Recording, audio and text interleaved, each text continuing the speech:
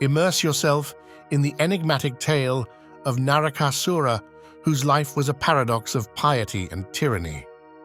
Once upon a time, in the ancient land of Pragyotispura, now known as Assam, lived a virtuous demon king named Narakaasura.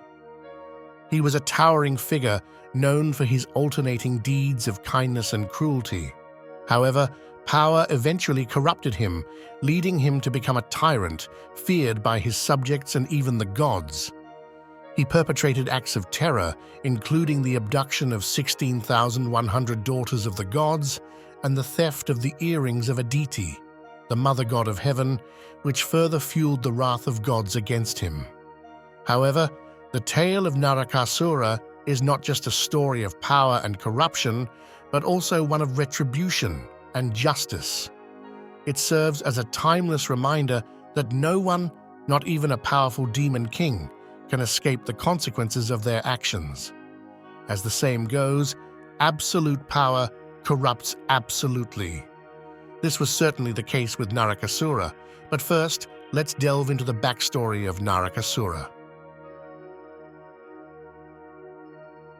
Imagine this: an ancient kingdom presided over by a king blessed with an enormous family of 16,100 daughters. One day, Lord Vishnu, the preserver of the universe, visited the king's palace in the guise of a humble hermit. His divine aura filled the palace with wonder. The princesses, intrigued by his presence, flocked around him with curiosity. The king, however, saw this, and his temper flared. Enraged, he cursed his daughters, decreeing that they would never marry in their current lives. Imagine the shock and despair that hung heavy in the air. The palace that was once filled with laughter now echoed with cries of anguish. The daughters, distraught, pleaded for mercy. The king, upon realizing his mistake, prompted to amend his harsh decree. He offered a glimmer of hope, stating that his daughters would have the prospect of becoming wives of the deity in their next life. Thus, in their next incarnation, the king was reborn as Naraka, and the 16,100 daughters as princesses abducted by Naraka. Now let's explore the birth and early life of Narakaasura.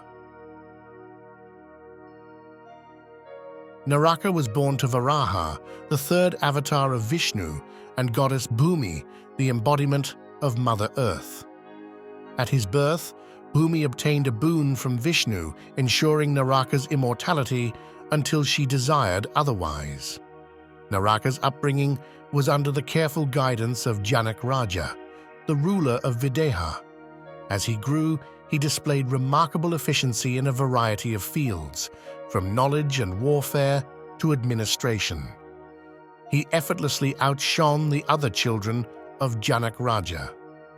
This caused the ruler to fear that Naraka might one day usurp the throne from his own progeny. However, Naraka was a noble soul. Upon learning of Janak Raja's fears, he voluntarily left Videha, journeying eastward. His travel led him to Kamrupa, a kingdom under the rule of the malevolent demon king Ghatakasura. Despite the formidable reputation of Ghatakasura, Naraka's might prevailed. He defeated the demon king with relative ease, liberating the kingdom from its tyrant.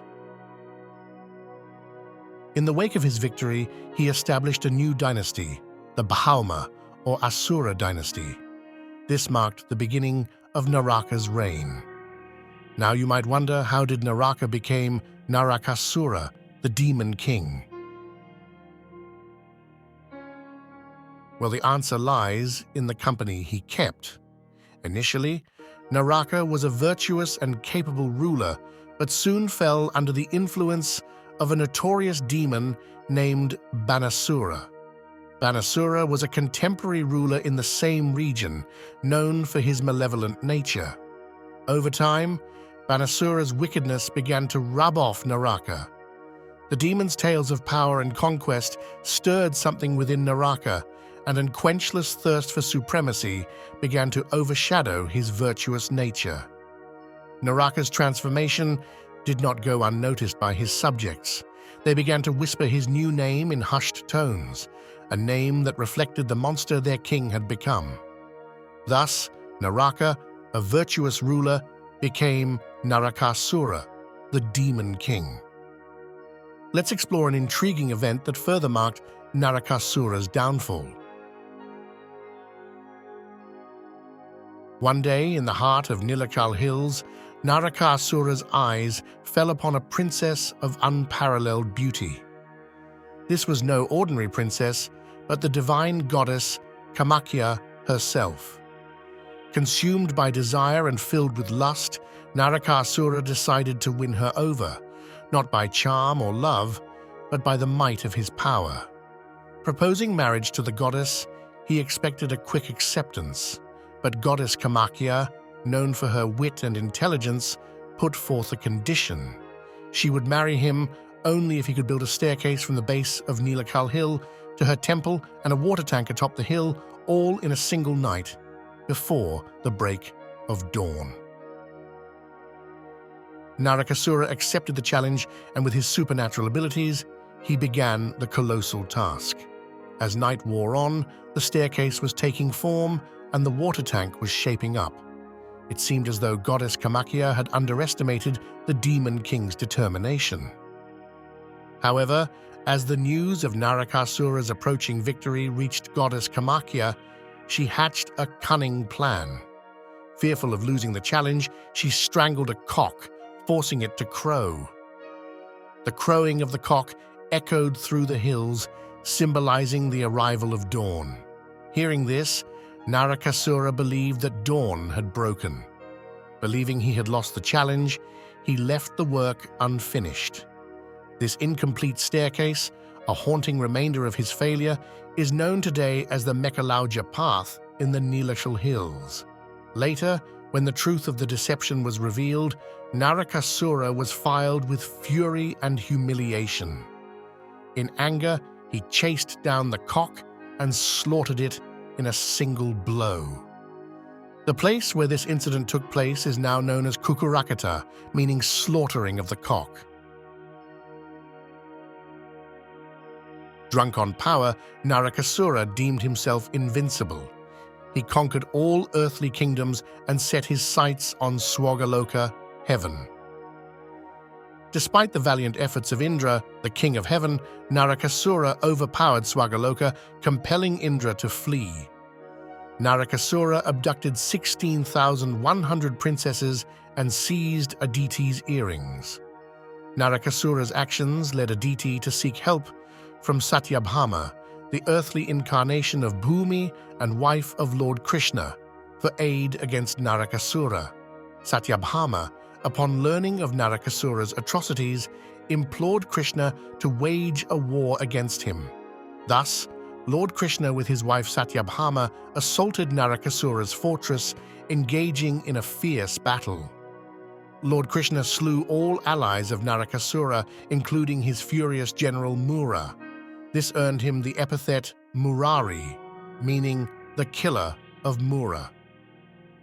Thereafter, in the final stage of the battle, when faced with Narakaasura, Krishna, being aware of the boon protecting Narakaasura, devised an illusion to lure him into a fatal trap, wherein he pretended to fall unconscious to one of Narakaasura's powerful strike. This enraged Satyabhama. She unleashed a barrage of arrows that ultimately vanquished the demon king, Narakaasura. Before his demise, Narakaasura requested a boon from Satyabhama, to be remembered forever and his death to be celebrated with colorful lights. Thus, Naraka Chaturdashi is observed annually, marking the beginning of Deepavali. After Narakaasura's downfall, Lord Krishna visited his palace, where the 16,100 captive princesses resided. Despite being freed, the princesses hesitated to return home due to fear of societal judgment. Thus, Krishna manifested himself in 16,100 forms and wedded each princess. This act honored the king's curse and fulfilled the prophecy. The legacy of Narakasura is not black and white, but painted in shades of grey. He was a character who embodies the complexities of life, the struggle between good and evil, and the ultimate triumph of karma. His story serves as a reminder of the consequences of our actions, the power of destiny, and the inevitable fall of those who misuse power. Thus, his story continues to captivate, reminding us of the profound lessons within mythology.